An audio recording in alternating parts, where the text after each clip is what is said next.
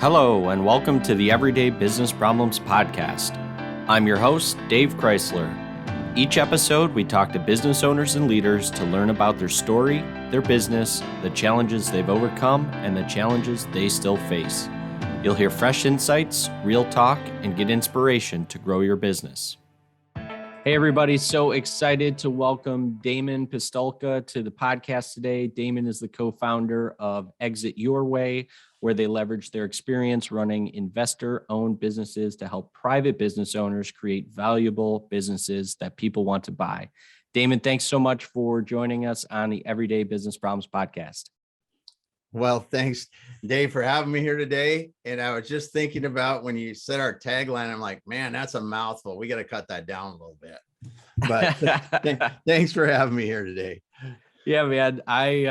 We did a live a couple of weeks back. And so I'm excited to talk about this with you because, it's such a hot topic for people. And obviously people want to be able to have a business that provides value, not only to themselves, but at some point for their exit.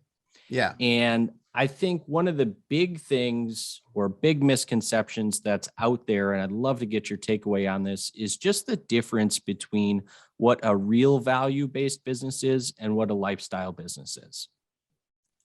Yeah. A lifestyle business basically is as it says, it supports your lifestyle. Damon likes to ski. It pays for my skiing, pays for my house, puts me in a car I want, lets me vacation like I want. But I really don't look at, is my business set up to be making, to be valuable to somebody else? Is it making enough money that I'm actually building my business over time? Or did I just stop because I'm paying myself enough, a nice wage or whatever that gives me that ability to do what I want to do? That's really your lifestyle business. You're replacing a job with another kind of job, but typically owners don't work quite as hard in that kind of business as they would in a job for their money. Still hard. It's not easy. Don't get me wrong, but once they get set up, it's simpler for them to run those. Yeah, I would agree with you. I mean, do you with the business owners that you see, because the business owners that I talk to, I think sometimes blur the lines between if they really have a lifestyle business or if they are really working on building a value-based business. Do you have the same kind of experience? And how do you talk to those business owners to let them understand what they really have on their hands, obviously, before you can start working on, helping them build value within their business? Yeah, you definitely have to. And it's honestly something that we assess more than they do, because we really have to assess that. Just like you're saying, they might say they want to do it.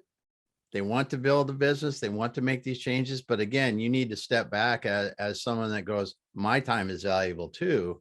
And in these assessments and go, really, do they really want to do this? Or are they saying they want to do this for some other reason, or because they don't really realize what this means? And you can tell that by the way that they operate now. And I don't mean the way they run their business poorly, greatly, whatever. It's just like, where do they allocate time? What is their real passion?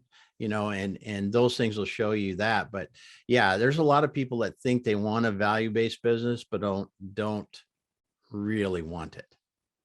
And yeah, I would agree with that. I mean, the other thing I tell business owners, there's nothing wrong with the lifestyle business, right? I mean, some of the most successful people I know who I would very readily trade bank accounts with have lifestyle businesses. So there's nothing wrong with it. It's just a matter of understanding where you're at and where you want to be with that. Yeah.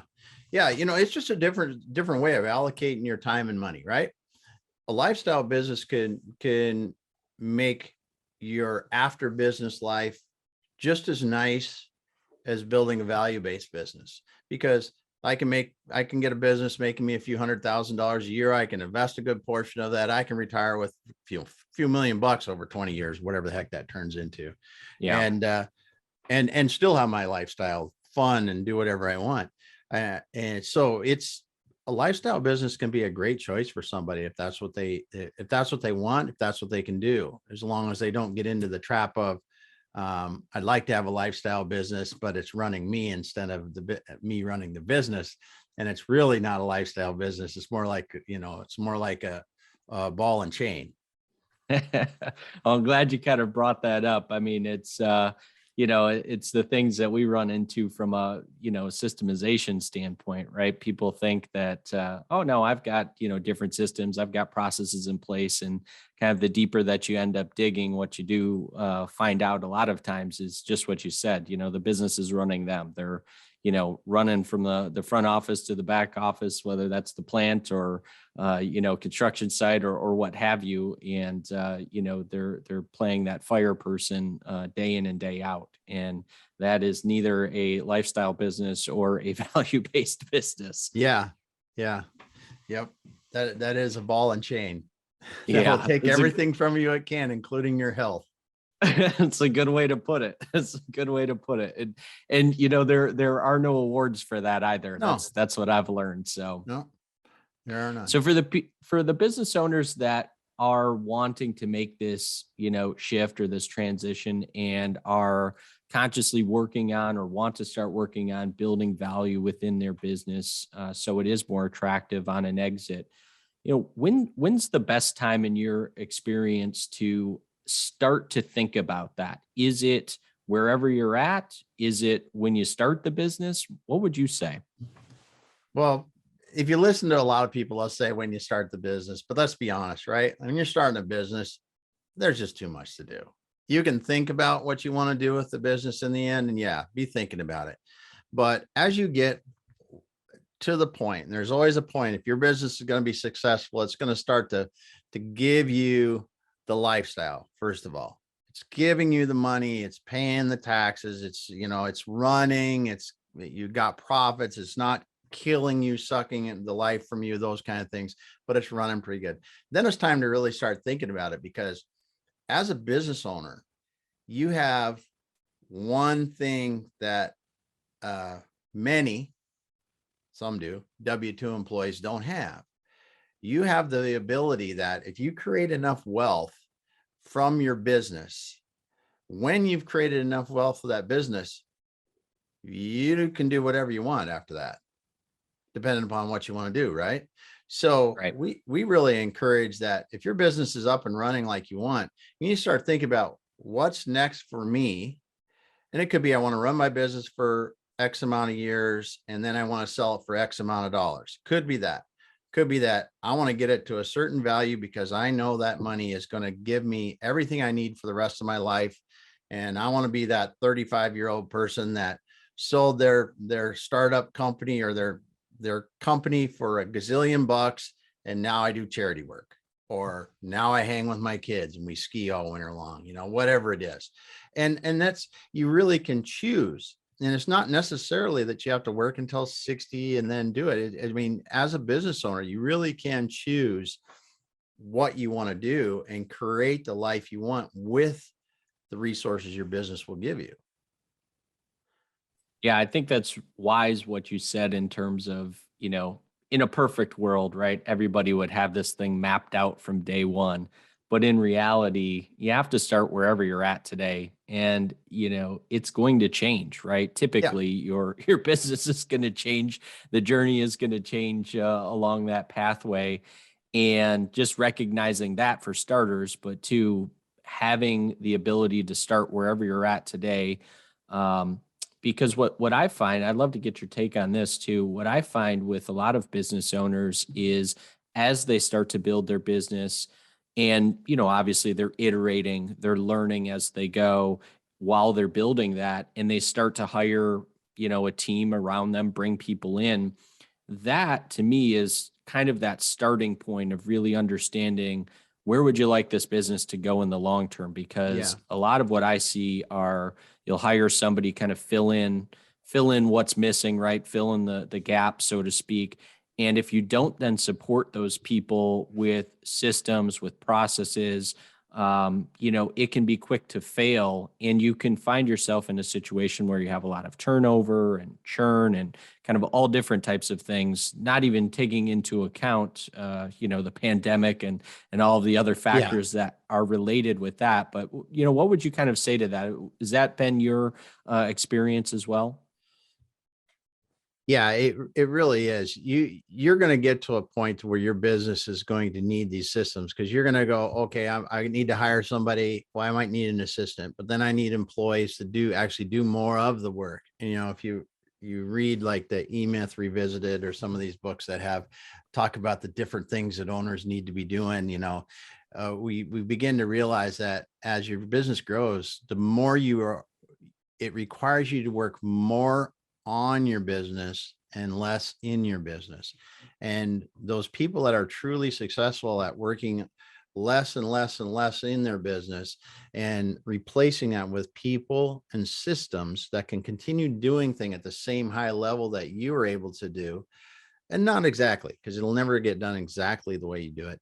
But if they can continue to do that, then you can truly scale and let your business make its do its best. Because so many times owners don't document processes, like you help people do that all the time. If you can't bring an employee in and have a process that they can work through and feel like they've contributed and done a good job, that you are going to have churn. You're going to have poor performing employees, not because they want to be, but because they don't know what to do.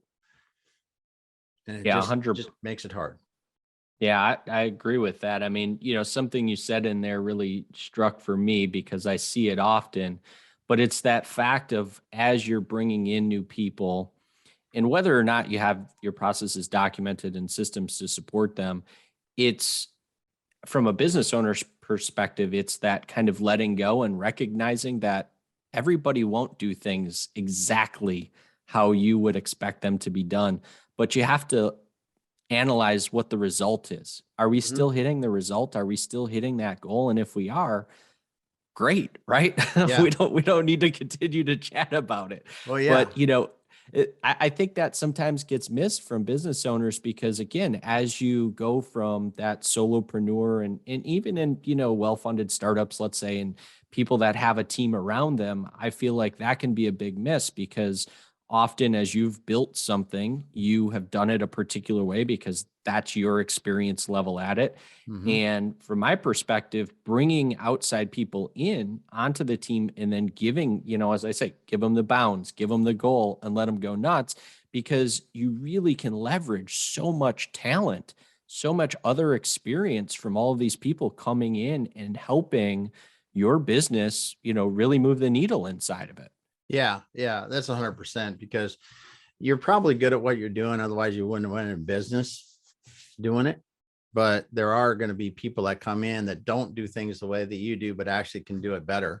And you really need to foster that kind of as you move through those stages, because it will over time not be you that's doing it. It will be others that are developing how do we do it, all this. And it's really quite a change for that owner that started a business, when you think about what they were doing, because they probably were doing it and trying to manage and do all the other things they had to do with the business, selling and worrying about finances and whatever else. And then they got some people that are helping them do it, and now they're standing back here even farther where they really can't touch anything because it's all working, and they just kind of watch Yeah. and Yeah. really I don't mean, touch much. yeah. Well, and to me, it relates back to, the exit, right? Because if that's the plan in the long run, right, you should be wanting to step Yeah. back further faster, Yeah. but that's not always the case with an owner because, again, that's something that they've built over the course of time. They've been involved in every aspect of it. But if you really do want to build a value-based business and exit your business one day, the faster that you can insert people, process systems, technology, all of that into the mix, the faster you're going to bring value to what you're doing today and be able to enjoy that value that you've brought back into your business, and also make it that much more attractive to somebody that is Yeah. going to be coming in. and, scrutinizing what you've done and how much Mhm. value they believe that you've built into the business. Yeah. Yeah, exactly. I mean, honestly, the faster you can scale outside of yourself with your business, the better off you are. And as soon as you can scale outside of yourself far enough, and that the management, the day-to-day operations, 90+% of the business is doing it without you being involved at all, the better off you are from a value standpoint, because somebody else can step into your shoes much easier than if you're integral to the business. If we're doing CNC machining, and I'm the head programmer. I know cutting tools better than everyone else. It's like I know, what kind of fixturing. I'm the fixture designer or whatever the heck. You think all these. If I'm any just one of those, I'm probably too involved in the business, because that's directly responsible in the line of daily operations. And you just can't be that if you really want to create a valuable business. You have to be almost a board member that sits there and goes, okay, how did we do? And your team shows you how they did. Okay, what are we going to be doing to improve our results? And they show you what they're going to be doing. And you ask questions around that, and you help guide them more as a mentor than anything. Those are actually the most valuable businesses. And that's a great perspective in terms of, playing that mentor role with your team versus that owner operator role that so many businesses find themselves into. So, Mhm. outside of kind of that definition, that shift between owner operator and mentor, what are some of the other kind of, misses that you see in terms of building value within businesses? Is it really something as kind of high level as systemization? Are there other things that you've seen in terms of misses that can get a business owner from that owner operator into, the value based side of things? Well, yeah, there's a couple things. Getting the sales. If you develop a sales machine, right, and you go, man, we sell better than anybody else in our industry, you are going to be way more valuable, because when you look across the horizon at all different kinds of businesses, sales is one of the areas where they typically it's the hardest on a business if you don't have good sales. If you have great sales and marketing, you can sell a product that's not as good as your competitors, more of it consistently every day, right?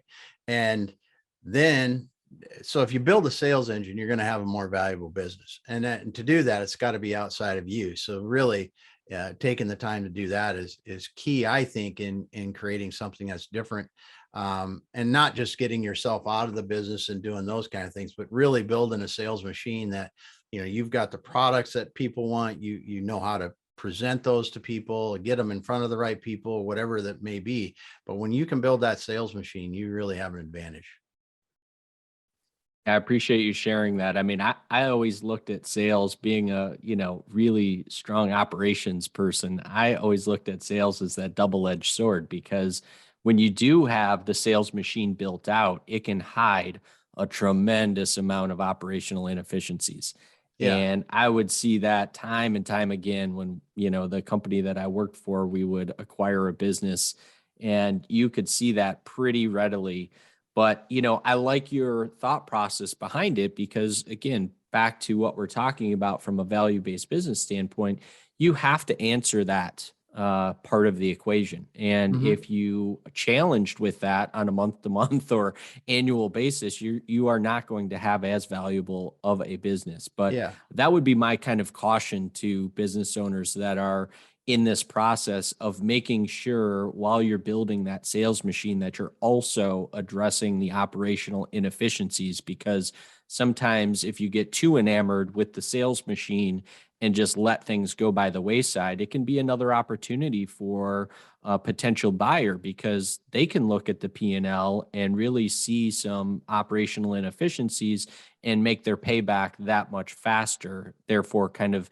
devaluing your business. So in my Yeah. opinion, you really want to be looking at it on both sides. Yeah. You do have to. And that is the case, right? You can't, and certainly to the point that you're below industry average in profitability or something like that. I mean, you need to stay in that range to really maximize your value. If you can be at the higher end of profitability per dollar of revenue, I mean, that's good. But you're right. There are a lot of people that concentrate solely on sales and honestly don't even look at profitability. There's some industries where you can build a business like that, and just because of market share, people will pay you a ton of money for it. Unfortunately, I guess, or fortunately, don't work in those kind of businesses, and we have to make profits, and when you look at it, the revenue has to be there, but it's got to be generating the profit, because the buyer looks at it and they paid you so much for the business today. But for them to make their return, it's not just going to pay back the loans and everything else over time and pay back their investment. For them to really make the return, they have to grow the business. And that's why sales is so important in that process, is because they have to see themselves in that business and the business growing. So the stronger your sales machine is for that, that really is one of your benefits and strong points going into this process. Yeah, that's a great perspective. Thanks for sharing that. On the acquisition side of things, I feel like lately I've heard a lot more business owners trying to look at value on their business in terms of a multiple of sales. And again, going back to me being an operations person and us having similar backgrounds, I kind of know the answer already, but what do you see in the marketplace? Are people valuing their business based on multiples of sales, or are they really focused on EBITDA and multiples of EBITDA when it comes down to finalizing acquisitions that close? Yeah, it, like I said, there's some industries where it's market share, and it really depends on your industry. From that, the vast majority of businesses that you're going to interact with, though, it is about profitability. And yeah, there are some rules of thumb that you can go, okay, listen, if you look at this business and it's doing 10 million in revenue, it's going to be between 50 and 75% of the annual revenue. You can say that's what the total value of the business is going to be, something like that. But it's a rule of thumb like any other. If that business has crappy profitability compared to everyone else in the industry, it's not going to sell. Even if it's got super high profitability because of some special reason, it's going to go way higher than that. So really, it comes down in the end to the industry and the profitability. And then the like, if there's crazy IP that you've developed something that's super powerful, profitable, whatever, that's could drive the thing to the moon, and you really have to look at each individual business and see. But it's like, I don't know, the rule of thumb stuff is like, I always like to tell people, just take 100 people in a room, have them stick their thumbs up and go, how different are they? Well, they're pretty different, are they? They Right. are. They're different. But they're all thumbs. But that's about how different it's going to be from one business to the other. If you just said, oh, it's worth 3 times revenue, that's about how close you're going to be. Just compare the difference in thumbs and the difference in values for each one of those individual businesses. You're not going to be very close a lot of the time. But overall, that's the average, right? Just like they say, the average business, I forget, like about $5 million business, I think it's something like 2.75 the net profit on an annual basis. That's over all the businesses. And you got some on some end to get, like I said, multiples of revenue, which is crazy. You got some on the other end that gets 1x or half x. It's just dependent on how bad it is. And so it really, it's only as good as how detailed you really understand the business and that industry. And then you've gone, okay, my industry is, and the valuation is a game of numbers, 2 numbers. One, what's my profitability? 2, what's the average in my industry? Those 2 numbers set it for the large portion. And then it's all about risk adjustment. It's like, how much customer risk do I have? How much industry risk do I have? How much ownership risk do I have? What's so those are really the things, and those are just adjusters on it, right? And they can adjust it to 0, they can adjust it way up. But there's not many factors that go into it, and it's math. And the people that really do a good job of valuation understand how to assess the risk, because anybody can go out and go, oh yeah, I've got these comparables from a business in your industry, the same size, we got some smaller, some about the same and larger, and here's the range they traded in, blah, blah, blah. And you got the benchmarks and you look at it. And so because of your size, you should be here. Well, if you got one customer and it's a highly volatile industry and one customer, you're not worth anything. Nobody's going to pay that. And that's where the valuation people really can come in and do a good job of explaining the details around, yes, your business could be worth $20 million, but it's worth basically zero because it's really not saleable, because all your profits come from one customer with one product line. And if something happens to that, you're done. Yeah. Yeah. And I mean, as a business owner, that could be a real challenge to sit in a room and hear that. Oh yeah. But well, it's hard to believe, right? Because yeah, I'm sitting here, my business might be giving me $1 million a year. You're telling me it's worth nothing. I think you're full of it, because it's giving me $1 million every year. Yeah. That's awesome. It's giving you $1 million a year. I'm just saying, it's for someone else to pay you the true value of your business is what we're trying to figure out in this whole thing. And how much would they pay? Yeah. And it's risk. If there's too much risk, because there's a whole different risk profile for the buyer. The buyer has to come in, they have to invest money in the business. They're probably taking a nice big loan, right? Too. And so they've got to pay that back. They got to pay back. They got to earn their investment back, pay the bank off, pay other investors off, whatever. So you might be making, again, that $1 million. I'm making 80, just say $100,000 a month. Yeah. That's nice. Good amount of money. I'm happy with that. Now I come in and I go, okay, I'm the buyer of that business and I have to pay X million dollars for that business. Now I get $60,000 knocked off that every month because I'm paying back people for this business. And you go, whoo, now that's $40,000. And what happens if the big difference? Yeah. Now what if the market takes a big dip? Yeah. What's that 40,000 look like? Does it look like negative 25? Because I can't go many negative 25s when I don't have a war chest of money sitting at home. I don't have, because this needs to stand on its own. Yeah. And that's what that buyer is looking at. So it's a completely different look at how many customers do you have? Because business sellers get all wrapped up in, well, this business has been great forever.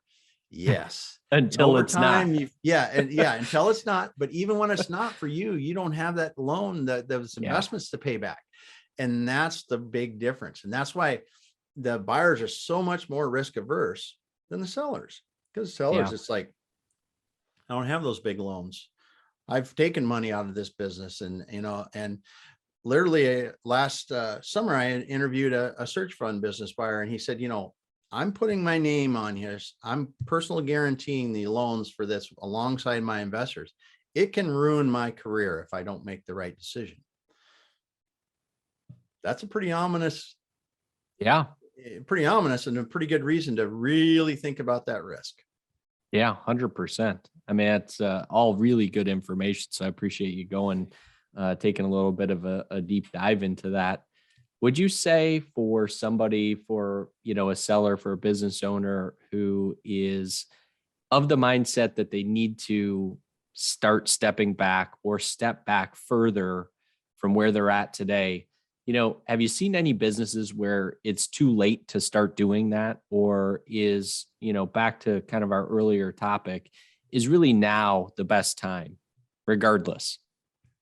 Well, if you aren't, you just got to see how much gas you got in the tank too, right? Because if you're like, man, I can't even hardly get myself to get up and go to work anymore, the best thing for you to do is maximize your profitability, run it until you just don't want to run it anymore, and close it. Sometimes that's the best thing to do. Don't go through the hassle. Don't take the time to have somebody list your business. Don't even do that. Because you're going to put yourself through a year of hassle and you're not going to get it done.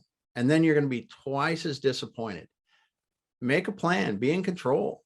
Just say, listen, if I don't need to sell my business, if I can, instead of selling it for 3, 4, 5, 6 times the profit, I'm going to run it for 7 years, 6, 7 years. I'm going to invest a little more money. I know I'm going to have enough money when I get out of the end of this to live whatever else I want to do after, do whatever else to do. I can shut it down and do that. It's sometimes it's better to do that. And it is really, but if you're going to do this now, on the other hand of this, if you're going to have a 18 months to 36 months and you want to do it, you can make a tremendous difference. You can make a tremendous difference. You can quadruple the value of your business in that time if you want to do it. Yeah. Yeah. It's really, that was going to be one of my points back is often you don't understand what you're getting yourself into when you start to make that decision. Yeah. So you really have to be all in. That's my point. Yeah. Right? If you're going to do it, you really have to be all in. And the faster you want to do it, the further in you've got to be with it, because there's going to be some uncomfortability with the things that you're about to embark on. But what I like what you just said in terms of, just kind of giving yourself permission, right? It doesn't always have to be an exit. It can just be a plan to wind things down after a set period of time based on what you've done already. And just you keeping in control of that plan and executing against that plan is perfectly acceptable. There's nobody saying that you've got to do something otherwise. No. Just really understanding, what you're about to embark on if you do want to go on that journey. Yeah. I mean, and if you want to go all in and do it, I can guarantee you're going to work really hard, but you're going to enjoy it. You're going to fall back in love with that business as you see it start to take off. And you're going to think, this is why I got into business. And about when you really starting to love it again, that's the time to sell it. Yeah. Because you've got that passion back. And I always like to tell people, you can go out on that high note, right? We can do it however we want. But you see some of these people that do these exits where they've really done it well and they come out on a high note, and it's a lot of fun for them. It's a lot of fun. Yeah. Yeah. I mean, I'm sure you feel the same way because, I know with the business owners that I work on, for me, it's that transformation, right? And I say for the stuff that we work on, it's twofold. It's seeing the transformation with the business owners because now they, really are excited about what's happening in their business. And it's a transformation for people out on the shop floor or, what have you, because they are engaged and feel like they're a part of something. So, I would imagine for you, it's very similar to see people that have gone through this process and are now on, kind of the exit ramp, literally and figuratively, and, seeing them kind of proud again about what they've built up. And now that it's going to go and hopefully make it to, another generation or if it's a, an outside investor or something like that, just continue on with what they have started to be able to see that down the road. Yeah, it is really something special when they can see their legacy living on. If that's what they want, they can see it, and it can be a sizable legacy. I mean, it's really fun when they can do it. Yeah. What do you tell business owners in terms of, where do you start? What's the first couple of things that you look at when you've made the decision, you're ready to go all in? Where do we start looking? How much money do I need after this? Honestly, the first thing you got to do, you got to go get with a financial advisor that can tell you, Damon, to live the lifestyle you and your family want after this and do the philanthropic stuff that you want to do, you need X dollars. That's the first thing you got to do because you don't know what you're working with, right? Do I have enough now? Hell, I might have plenty now. Maybe I don't have. Yeah, right. Maybe I'm not even close. And that's honestly what happens with a lot of people. It's like, yeah, but my business makes $1 million a year. It's like, yeah, that's $5 or $6 million, whatever it is, that's going to pay at the end. And you're going to sell it for that. And then it's going to, you're going to take capital gains off it, which now it didn't go up so bad yet. So it's 20%. And then you go, okay, there's state taxes. There's other things, fees you got to pay. You got to pay all your debt off when you go through that kind of thing. And it's like, okay, so I get 4 million out of it. Well, now 4 million is not so much. Yeah. And I'm living on $1 million a year lifestyle. Well, $4 million in the bank, if you haven't saved a lot, doesn't equate to $1 million a year cash flow coming out of a business lifestyle. And that's really why I always say, we tell every client, it's like, listen, go figure out the lifestyle you want after this, what you want to do, down to the finite details. I want another car. I want 2 houses, whatever the heck it is, figure it out with your financial advisor. Then go, how much money do I need in investments to pay for that, to support my lifestyle, to pay my bills and support my lifestyle? That is the fundamental question, because when you're the business owner in this situation where I'm going to selling or succeeding, it's the same thing, right? It's literally, people go, oh, it's different because I'm just giving it to my kids. BS on that. BS on that. Because if I've got a business that's making $1 million a year now, and I'm living on that, and I sell it to my kids, how much money am I making after that? Same question you got to answer. So get this thing figured out. Figure it out and go, okay, I'm succeeding. It's just a different way of selling your business. Even if you're just going to take money out of the business until the end of time, it still means your children or whoever is succeeding that business has to make the money that they should out of that too, right? So this thing is not, it starts with that and really seeing yourself getting to that point. And then, you can do what you need to do after that, but it is start early, because man, if you're tired, don't have any gas in the tank, and you just go, I'm done, I'm not coming back here again, you might be in for a sore disappointment. Yeah, no, that's really great advice. So as we kind of get ready to wind down, do you have any closing thoughts to share with the business owners that are out there that, maybe knee deep already trying to embark, or really contemplating whether or not they've got the gas left in the tank to do this? Well, if you're in the middle of it, you got to track where you're going. If you're not using KPIs and good dashboards measuring your progress, both on a fairly frequent basis, sometimes even daily, and then really, if you don't have a good process in place that each month going, how does my value of my business look now? How does the value of my business look now?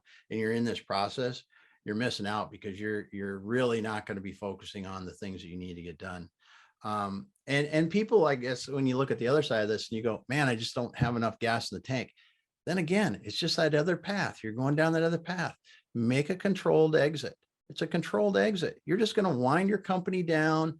You're going to run it as long as you can. You're going to wind it down. You're going to sell equipment off. You're going to just plan on it.